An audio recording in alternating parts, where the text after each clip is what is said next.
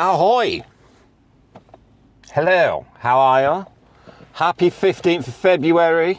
Run! Get your wife a card, a Valentine's Day card for next year. Hide it and put it away with the price of inflation. The cards are going to be more expensive next year. I'm actually sat in a car park looking at a Poundland where everything used to cost £1. Not anymore. Everything costs £1.50. Well, it's not Poundland then, is it? No. With the crap clothing. Pep and Co. How dare they? So, Mickey Mouse Day was yesterday, big corporate. Well done, Card Factory. Well done, Clintons. Well done, all the independent card sales. And all the florists as well. Well done. That's got to last you till Mother's Day. Oh, wait, I've already seen Mother's Day cards out already. The big corporate world is seeking to yours affections to your mother, that you must send a card to your mother. Or all house to pay. Must be a nice card. Can't send a text message, no. More environmentally friendly, no. Has to be a card we've written to mother. Sober up. So, how you doing? Valentine's Day's over for another year. And the podcast, how's it going? It's going to be called, I think, It's Morgan. Because once upon a time, every time I used to walk in the pub, there was this guy, Martin, and he'd always go, it's Morgan. And that's followed me through my entire sort of life. As rather amusing, actually. So I thought, I'm going to work with that, yes. Sorry, Martin, I'm keeping that. If I ever bump into you, which I do now and again in the supermarket, I'm going to try and just grab you to one side. I'm going to record an intro. And, oh, dear. Oh, so I sat in the car and I just nearly saw, well, I saw it, but the lady nearly went into a car with a shopping trolley. Because, of course, she's got to go into Marks and Spencer's food hall for a good quality food. And she could just go over the road to a cheaper shop and get exactly the same thing at quarter of the price. But no, it's to be seen in there with the receipts. Marks and Spencer's food hall and Waitrose and all these other expensive food places. With the receipts around, so when she has a guest around, she can get her best bottle of Prosecco, and really it tastes like crap at the end of the day. Yeah, just having a good old rant. Whoa! So the podcast at the moment, I haven't even uploaded episode 1. It's good to go. It's ready to rock and roll. But I haven't even done anything yet. Why? Let me tell you a tale. It was going to be uploaded on a Saturday night. And I thought, who are the Saturdays really going to be listening to podcasts? But there was a family member's birthday involved.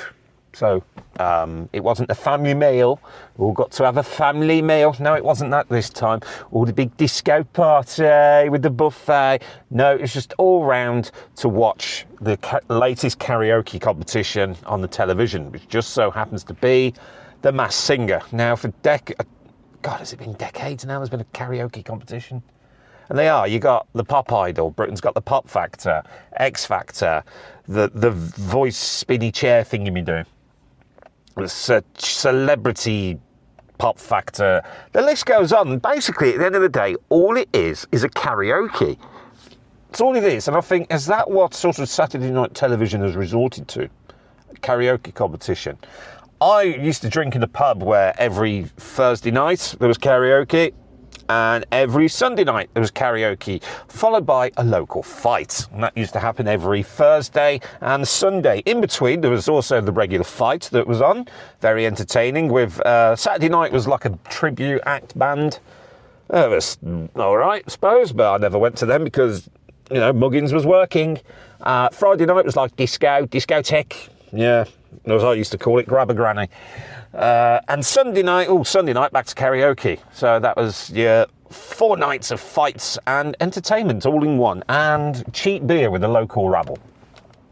The good old days. But now, no, can't do that. Now I'm resorted to being forced to watch karaoke competitions with The Masked Singer. And oh my God, if I ever wanted to bash my head into the wall.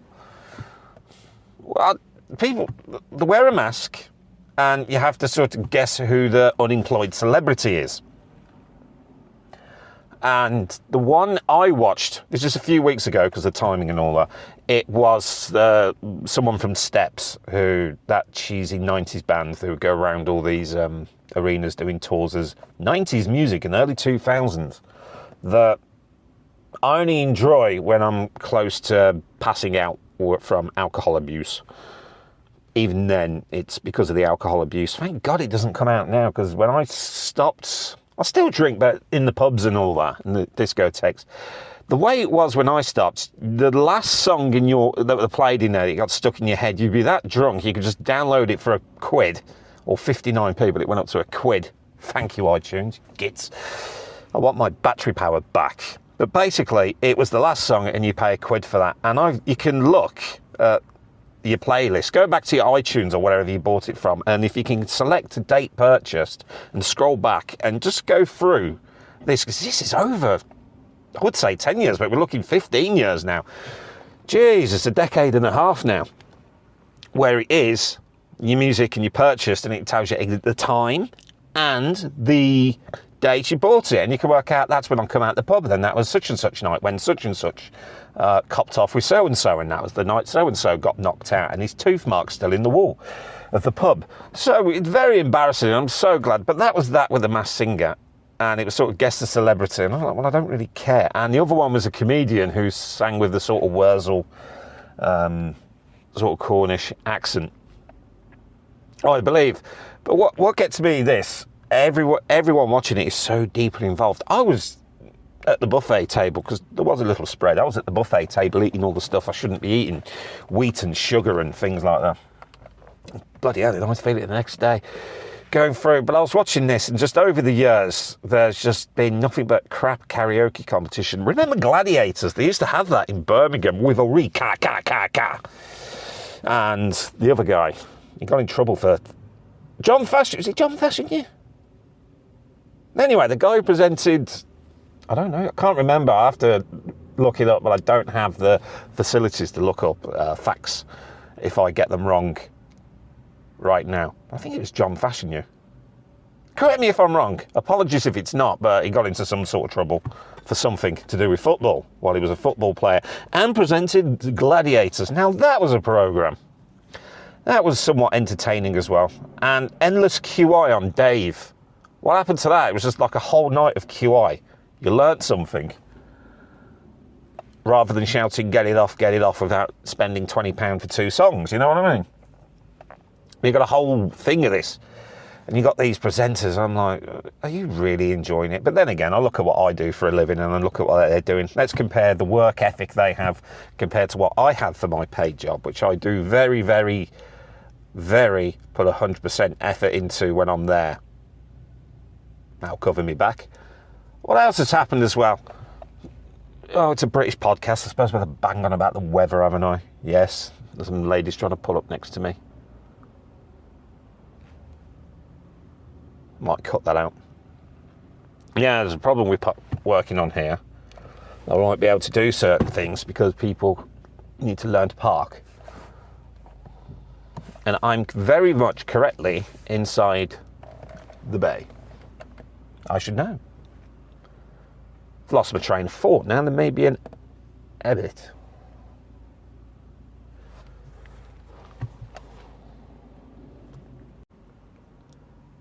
So the future of where this is going. I've listened to some podcasts to get some research on it. I found a very interesting one. I'm going to talk about it. And I would recommend you go and listen to her podcast, because it is entertaining and informal. And a little bit rude as well. It's called Sex with Emily. You don't have sex with Emily. She's a sex therapist. How you go about that, I don't know, but sounds very interesting. And, you know, she takes phone calls and gives advice and basically slams as many product things down your throat. Get 10% off with Emily, with the code Emily10. Every other sentence that comes out, I thought that was amusing. But fair play, she's getting money for talking about kinky stuff, but she's helping people with that department as well. Sometimes we all need a little help. So go to her website and get your blue pills, and don't use Adam 10% because you won't get no money off. But she sometimes, this is the interesting bit, takes phone calls. Now you can hear it in people who generally need help. In the voice, who need the help, who have a problem in certain sections of that department. And she's very good at giving the advice and things like that. But when the men phone up, these are the interesting ones, because I think, do they really have a problem, or are they just trying to get the rocks off? Asking her, and then, what sort of trousers are you wearing? Are you wearing level ones? I like you in level ones. I'm like, Jesus Christ. And you got the other guy going, hey, my wife wants to explore her bisexuality, and I have no problem with that. It's one of her fantasies to be with another bisexual woman. I'm like, no, she doesn't. She doesn't even know you're making a phone call, you dirty bugger. But it's these things where there's lots of dirty buggers. Well, I'm quite lucky because I know, well, I don't know if they still exist now, but back in the day, there was these dirty numbers you could phone up and there'd be someone at home pretending to wear panties that would basically, in a nutshell, talk dirty and say naughty things. And it would cost around £1.50. I imagine it's like £4 or something now with inflation. Over £5 an hour. No, an hour, a minute to talk dirty words to a lady. Where I've got the advantage, I could phone my wife for free because I've got unlimited minutes to my wife, which I pay for. Unlimited minutes. So it doesn't cost me a penny. Ha ha ha ha. So all you dirty men, you just need to get a loving wife. A very loving wife, and get on a good mobile phone contract. Unlimited minutes, and you can phone away. Quality probably won't be as good. Definitely won't be as good. But it normally does involve about make sure you've done the painting, as in Dirty Talk. Do the washing up. Did you put the washing machine on for an extra spin? Did you do the gardening? Did you get the weeds out from the front? Did you refill the squirrel table? It's the long story, the squirrel table. But basically, yeah, the sort of what you pay for, which I can't be doing. And I'd rather talk to my wife about dirty undies. I don't mean like, ooh, dirty. I mean, ugh, undies. And what setting they've got to go on in the machine. So, yeah. Happy Valentine's Day for those who celebrate it. And well done, Card Factory. And Clinton's and all the other card shops. When's Greta Thunberg going to get on the case on that one? Good, you know, all these basically men at the last minute with the cards. Christmas, Mother's Day, Father's Day, birthdays and Easter. Why do we have Easter cards? That's another thing. With all these cards to tell someone what they already know in a card. Happy new home, happy new washing machine, happy new games console, happy pass your driving test. Thank you, teacher. Thank you, cards. It can all be done in the text. So with all this environmental stuff going on in the world today, they're banging on about plastics, but really, shouldn't they be focusing on these cards, greetings cards? Get rid of the greetings cards. And I reckon the world would be a better place. There'd be one or two more trees for Squirrel Munchkin to make a nest and for the birds to go in there and shit on your car when you're parked underneath it. So that's my thing. Just get rid of the greeting cards and Greta Thunberg can have a day off. Jesus Christ. The joys of trying to record in the wild. It's like these, like TikTokers that I'm getting off because I don't want the Chinese knowing my passwords and stuff. And all that, I suppose, YouTube shorts as well. Sat in the car recording, oh, I do this and I do that. They're trying to do a joke that they've probably seen or read from somewhere else. Going on. But me, I'm doing it podcasty style, so microphone plugged into the phone and just recording off the phone and maybe a bit of editing there. That's the general plan, because if I'm at home, the wife's there. Wouldn't want to disturb the television watching. Again, it was broadcasted on television. Oh, she likes this program. I'll buy the DVD box set. Buy the DVD box set. Oh, there's streaming services, Amazon Prime, Netflix, Now TV, Disney Plus. The list goes on, there's hundreds of them. Oh, that television program she liked, that I bought her the DVD box set, is on this service. But she'll still watch it on terrestrial television where there's commercials. Why? It's just stupid. Really is. But I'm going to sort of defend 40 Towers at the moment, because apparently it's coming back. Good, I say.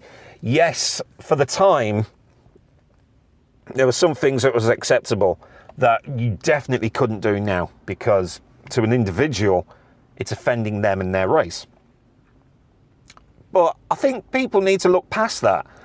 I think there was a brilliant joke off the top of my head with Fawlty Towers, where it's the anniversary meal, if anyone remembers, or anniversary of Sybil and Basil. They've had a row, Sybil's buggered off, all their friends come round, but Basil's pretending that she's in and she gets someone else. Oh, what was her name? Polly, that was the one to dress up as Sybil Fawlty in bed. And it's one of the brilliant jokes. And Basil's going, oh, she's upstairs, she's ill. And one of the friends goes, Sybil. Get it? Sybil. Ha, ha, ha, very funny. Then Manuel comes along and he's like, hey, Manuel. Little jokes in there that would probably still work today, because I'm reading lots of articles. Oh, I'm a 26-year-old millennial and I didn't find it amusing at all. None of it. The sense of humour doesn't go. Well, there's a lot of things that don't go well now. Like but people who are apparently witches and burning them. I think calling someone a witch, I call quite a few people that word, but with a B in the front of it instead of a W, and then burning them for that seems a bit impractical right now.